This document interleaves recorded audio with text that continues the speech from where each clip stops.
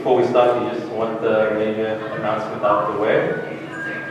The bathrooms are on my right. That's as far as I know. So always look for the person who is telling you where the bathroom is. The normal ones, can you please just make sure that your phone is on silent? We are recording, so we don't want this to be interrupted. We don't mind if your phone is on vibration. If your phone was born before technology, they'll call you back. You're that important, they'll call you back. So please just make sure that we are not disrupted. And I think before I start, I'll just give an introduction to the acting head of school, Dr. Edith Paswan, and she'll just introduce the guest for today. I think what was emphasized is that, look, we want interaction. This is a place of intellectuals, and my understanding is you guys are intellectuals. You don't need to have a proper doctorate behind you to be an intellectual, so please do feel free to engage. So with that, I'd like to just introduce the acting head of the Thabo Mbeki African Leadership Institute, Dr. Edith Paswan.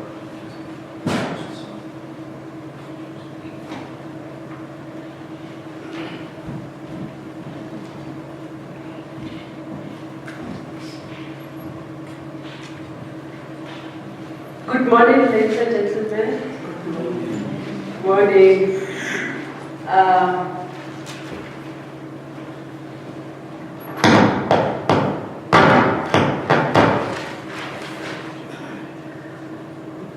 It's a great pleasure for me this morning to host you here as Timali and to welcome you here as well to our Mapindu's Think Fest seminar.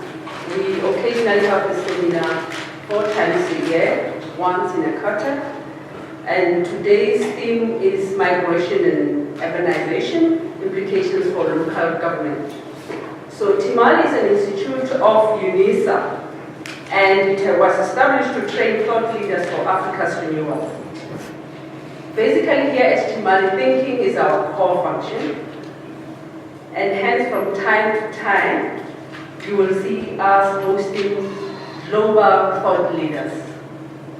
So you will see that even in our Africa Days, our International Women's Day, we will call Africans who are thought leaders to come and engage us on issues that concern us as Africans or as South Africans.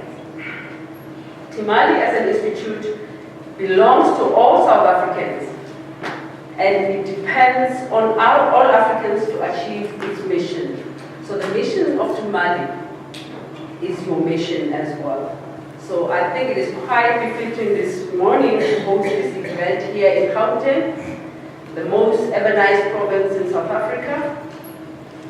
And we are also privileged as Timali this morning to host Cllr Pakistan with us here, and also who is a well-known thought leader for us, who was the mayor of the economic powerhouse of South Africa, the city of Joburg. And as we all know, that South Africa is a place of migrants, and Gauteng in particular is a place of migrants. And I think this talk we will be able to hear from Councillor Thabo about migration and how it is affecting our local government. Before I introduce the biography of Councillor Thabo, can I ask Thabo to come into the front here?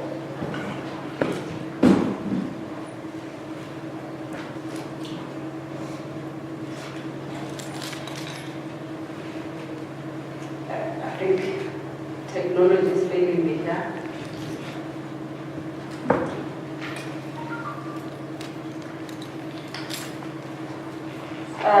Mr. Pakistan is the current president of the world body United Cities and Local Government, as well as the president of the South African Local Government Association.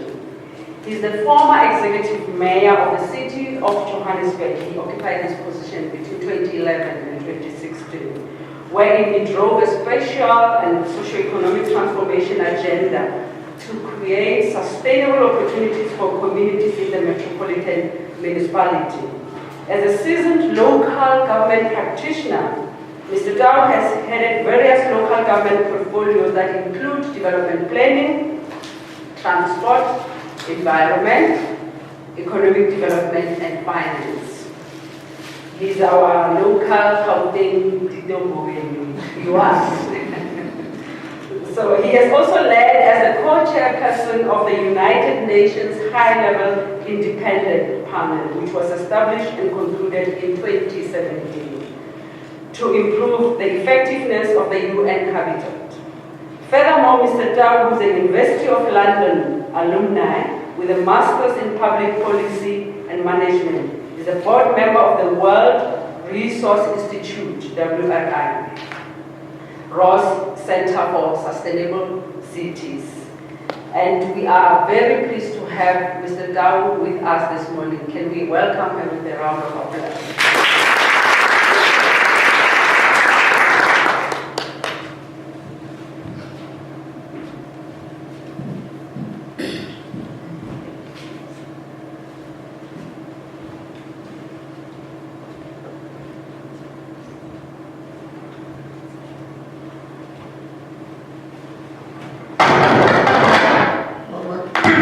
What am I doing there?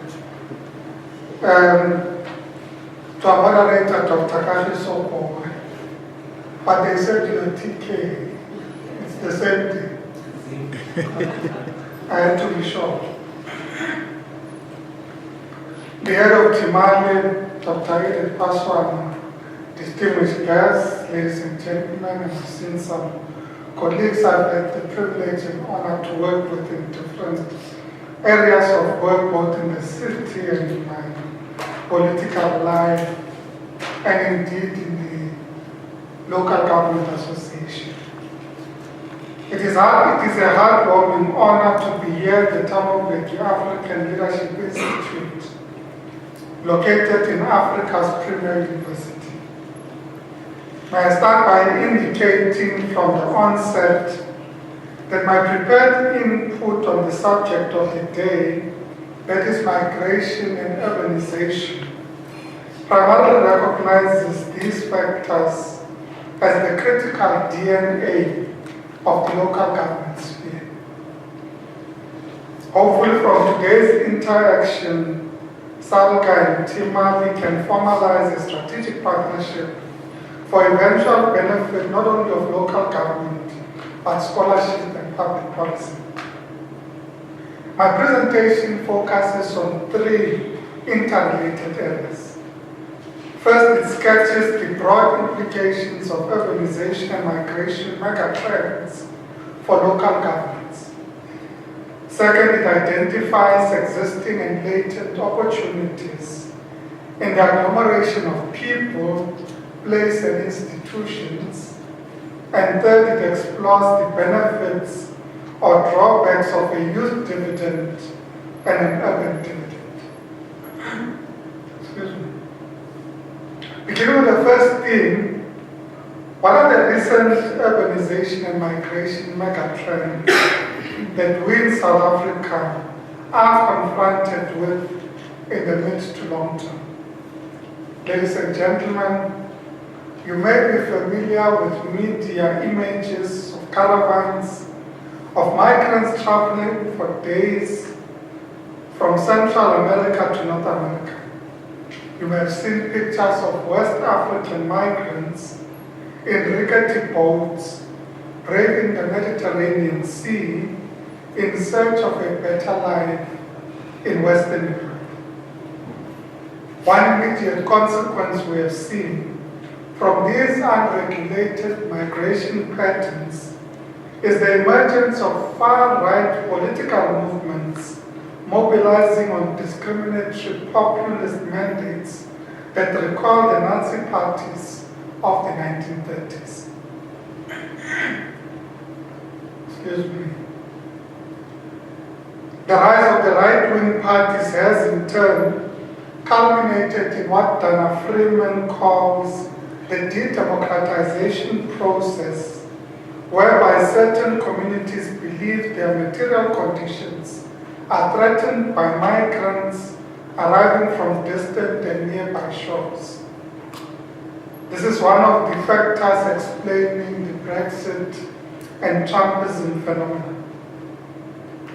What is important to note, though, is that in South Africa, large-scale urbanization is a relatively new phenomenon. We're in a country just beginning to come to terms with challenges attending to migration and its subsequent impact on our urban infrastructure. Linked to this is the point that migration is taking place in small to medium cities and towns, which find themselves struggling to cope and accommodate these new migrants. This is a central argument from urban policy theorist Mbeki that our country is at the genesis of an urban transition whereby you find that 62% of African urbanites live in informal, auto-constructed makeshift shelters. The outcome of this transition is that the bulk of city buildings can be attributed to actors outside of the state and formal business sector. Therefore, we need to rethink of public policy and resourcing abilities to leverage opportunities that come with intra and intermigration. Private capital and civil society has to come on board for comprehensive management of urbanization and migration. State capacity is limited for well-known reasons. As you know, in South Africa, internal migration has resulted in more than 63% of the general population currently residing in cities. This figure is projected to rise to 70% by 2030 and to 80% by 2050. Statistics South Africa informs us in their mid-year population estimates that Gauteng comprises the largest share of the South African population with approximately 14.7 million people. For obvious reasons, the full factors for migration to the Gauteng city region include its status as the economic hub and possible employment opportunities. The Western Cape comes second due to push factors with people leaving the Eastern Cape, since it is assumed it has limited economic or job prospects. In fact, the quarterly labor force survey for the 2018 first quarter specifies that the Eastern Cape has the highest unemployment rate at 35%. These internal migration patterns are compounded by the arrival of asylum seekers, refugees, and economic migrants coming from across the continent and elsewhere. It is important to note that these documented and undocumented migrants are both low to high-skilled individuals. Naturally, these cumulative migration patterns carry both opportunities and challenges. One can isolate three perspectives on migration. First, a negative perspective views migrants as a contributive burden to the urban infrastructure bottlenecks, social welfare services, mushrooming of informal settlements, propensity for land invasion, pollution, etc. A positive perspective sees intra and intermigration as an opportunity to fill in labor gaps, drive population growth, spurs economic activity in SMEs, and add to the tax base and production and consumption. A pragmatic perspective views internal and external migration as a historical imperative. For instance, intra-Africa migration is intrinsically linked to societal development and human civilization advancement. For instance, the role of the pre-colonial Mapungubwe state kingdom for Southern Africa is well documented.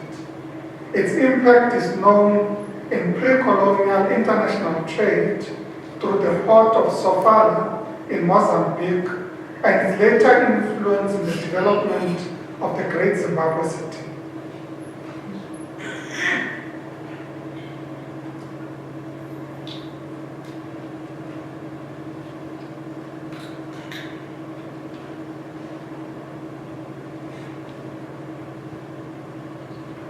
excuse me, contrary to what opinion might be, I'm not always comfortable speaking in public. So the voice gives in. Friends and colleagues, moving on the second theme of this lecture, what are the opportunities in the agglomeration of people, places, and institutions? South Africa is rapidly urbanizing without, however, an adequately sufficient institutional capacity or supportive resources to absorb demands of urbanization and migration. What are the available and unexplored opportunities of agglomeration of people, institutions, and places? On average, towns and cities produce the bulk of the gross national value added. Metros and towns have much higher average incomes as compared to the country as a whole. And yet, as the Cllr Deputy Minister Andrew Snell once said, urbanization of poverty is increasing, especially in townships, informal settlements, and inner cities.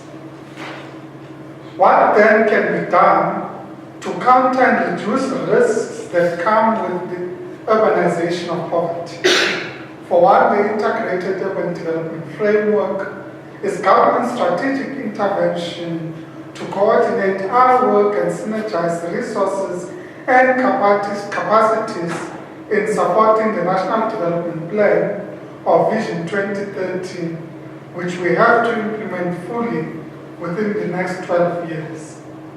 The IUDF's core objectives are to provide a guiding framework for building livable, inclusive, safe, efficient, and resilient urban settlements.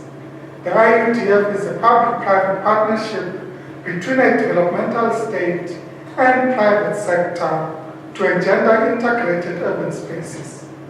This is cognizant that cities and towns differ in themselves, and as such, policy interventions should accommodate these differences in towns and cities. The applied theoretical paradigm informing this lecture is inclusive urbanism. By inclusive urbanism is meant equitable space utilization and equitable service delivery, which echoes the social scientist David Harvey in his Right to the City argument. Inclusive urbanism talks to the acknowledgement that as a result of our past and pressures from the present, you invariably find people located in sprawling informal settlements and RDP houses placed in inappropriate locations. These are locations where there is no civic or social infrastructure such as supportive transport arteries as intended with the Corridors of Freedom Initiative. The unintended result of informal and unsupported settlement is that they reproduce apartheid spatial patterns. This goes against the Constitution, which reminds us that the right of people to have control over their living environment is entrenched in our Bill of Rights. Moderator, therefore the somewhat uncomfortable question we have to confront is how far the democratic dispensation has been successful in prioritizing spatial equity and offering access to socio-economic opportunities for those trapped in the bottom of the pyramid. In terms of housing and land use management, how have we come to transcend the NIMBYism syndrome or the attitude that says not in my backyard, that is prevalent amongst middle-class communities? For us as practitioners in the local government sphere, these questions are real and compel us to constantly seek to reduce the inherent risk factors that come with rapid migration and urbanization.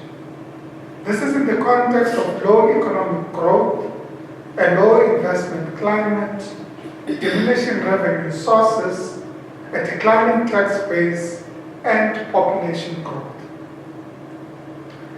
It requires conscientious awareness about sustainable usage of energy sources, environmental degradation, carbon emissions, and the untapped potential in mainstreaming independent power producers.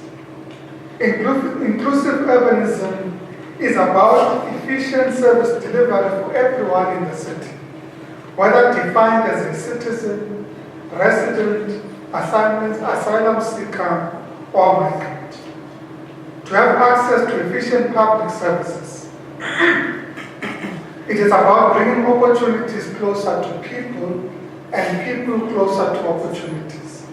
This should and can be done through spatial and land use policy, infrastructure investment, and a revised policy on human settlement to create inclusive cities and towns. We have to move beyond an obsession with measuring success by simply counting the number of houses built, inadequate and unsupported as they are, with equitable infrastructure.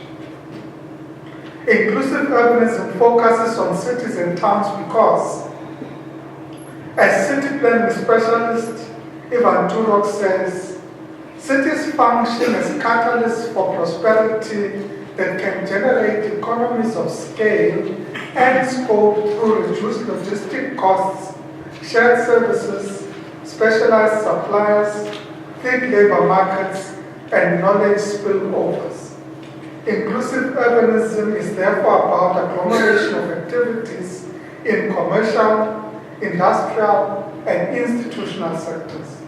It centers on leveraging the skill set that migrants bring with them. It requires re-engineering activities that would meet the state's demands, market demands, and devising reskilling programs that would meet the needs of migrants. Quite simply, equitable and inclusive urbanism is about enabling and empowering people to climb the ladder of prosperity. Ladies and gentlemen, much is said and written about Africa's youth dividend. What are the positive and negative effects of the relation between the country's youth dividend and a potential urban dividend? Urban theorists inform us that ordinarily South Africa is supposed to leverage the capabilities of its demographic dividend so that our urban policy can also benefit from the strength, innovation, and talent of its youth. However, the sizable numbers of our unemployed and unemployable young people, not in education and training, tells us our dual demographic urban dividends are not being leveraged. That is the demographic dividend that we're supposed to derive from having a youthful population in an urbanizing environment. The threat of this failure to include and capacitate young people are known. They become amenable to join populist propagandists and participate in violent acts of civil disobedience. We live in a complex and changing fourth industrial revolution. In the publication, I usually make reference to when discussing these matters, no ordinary disruption.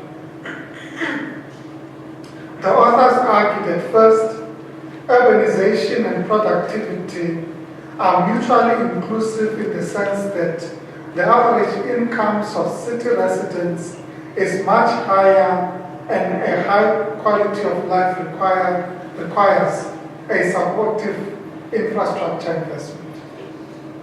In the fourth industrial revolution, what happens though when there is a skills mismatch between job requirements and the prevalence of unemployable youth? As you know, technology usage is a key driver to innovation and economic value. If you have an unskilled and inadequately trained youth base, you will not be able to leverage from the youth dividend. And in turn, the youth not sufficiently integrated into the urban dividend are not able and enabled to reap rewards of urban opportunities. Ladies and gentlemen, as such it means that if we are to maximize the urban dividends for our large youth population, training and skilling will have to factor in the disruptive technologies such as big data, the automation of work, e-commerce, and the Internet of Things. The era of digital technologies demands that we prioritize lifelong learning and resourcing vocational training that still provides the best training for small businesses, as the example of Germany testifies to.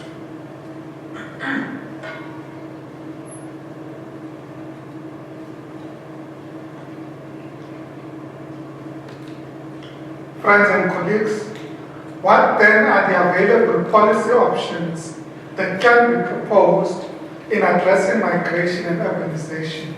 And I will offer just a few. As of yet, we still need a multi-linked national migration observatory framework which will collect and collate data for usage by government at national and local levels. After all, poor, uncoordinated analysis of migration and urbanization trends compromises the ability of government to plan properly in terms of budgeting and infrastructure investment.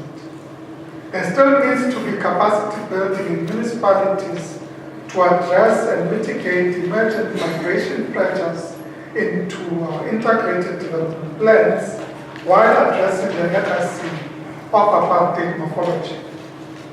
And also still needs to improve demographic data to inform local level planning. Again, this requires coordination and synergy between respective research institutions such as the South African Cities Network, the Gauteng City Region Observatory, the UCT Center for African Cities, HSRC, Stats SA, COCTA, DPME, and others. In conclusion, it is encouraging that in the continent there is some progress in unleashing the power of intra-Africa trade and migration. In this regard, as recent research from the United Nations Conference on Trade and Development indicates, many countries are supporting the African Union's new migration policy framework for Africa. And since March 2018, more than half of the nearly 50 countries that pledged to create an African continental free trade area have adopted its protocol on the free movement of people. Once again, I wish to thank Timali for creating a platform where we can deliberate on the subject of migration and urbanization, as well as policy implications for the local government sphere. My sincere gratitude to the Institute for this invitation to share insight with you on the subject of the day. Thank you very much.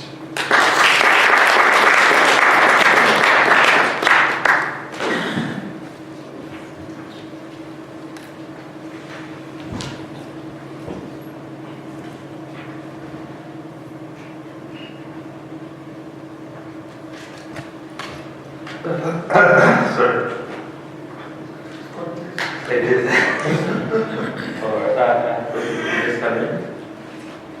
I think he said quite a mouthful. And I'll just try maybe, I think, not so much lead the discussion, but also maybe put up, I think, 3 points I picked up, which I think are more than welcome to also pitch in. I always believe a moderator's job is to moderate. I'm not here to give a speech for that. I guess Timali will invite me one day. But I think 3 things that came up from the speech, and it's the world internally and externally is changing. People's movements illustrate this fact. People don't just move due to the fact that they feel as though, today's a good day to move. I think, as you called the push and pull factors.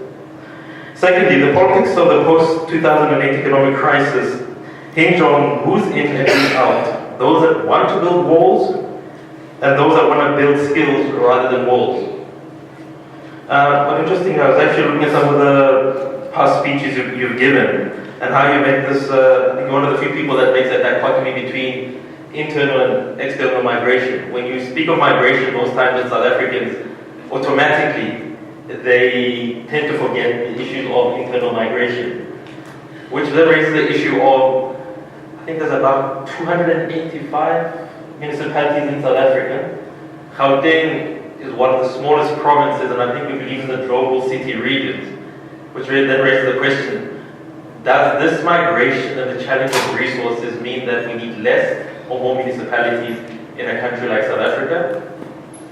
Secondly, and I was reading them, I think it's the migration, the last paper, and I think the Department of Home Affairs, the white paper, the 1999 white paper, which I think has recently been updated, speaks about the fact that migration, especially external migration, hinges on 2 points extremes. There are those who are very pro, we must keep our borders very close, and I think one of the opposition parties is going for that.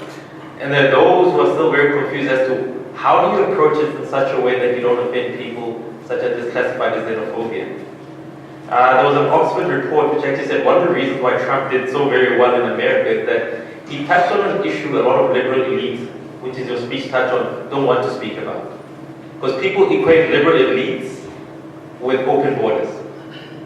So here comes Trump, and here comes Brexit, and says, listen, I am a citizen of this country. I think Theresa May says, you can be a citizen of everything, but of nowhere. Which really raises the question in South Africa of how well do we communicate with people about migration? And how do we take this discussion forward? And those are the things that I got from your speech. And I think many of you guys also got the same thing. Now there's a general rule when we do this question and answers in Timali. And it's one of the most ignored factors is we're going to open it up to you. Please engage, be respectful. And also, this is not a cabinet meeting. This is not a media meeting. No one is going to record you and then come back to you later on and say, but you said X and Y and Z. I think it's the Chatham House rules apply. But the key thing is, in your comment, please give a question. As I said, I'm not the speaker. The speaker is here to engage with you. If you want to be the speaker, I would suggest that you speak to Thabo outside. We'll have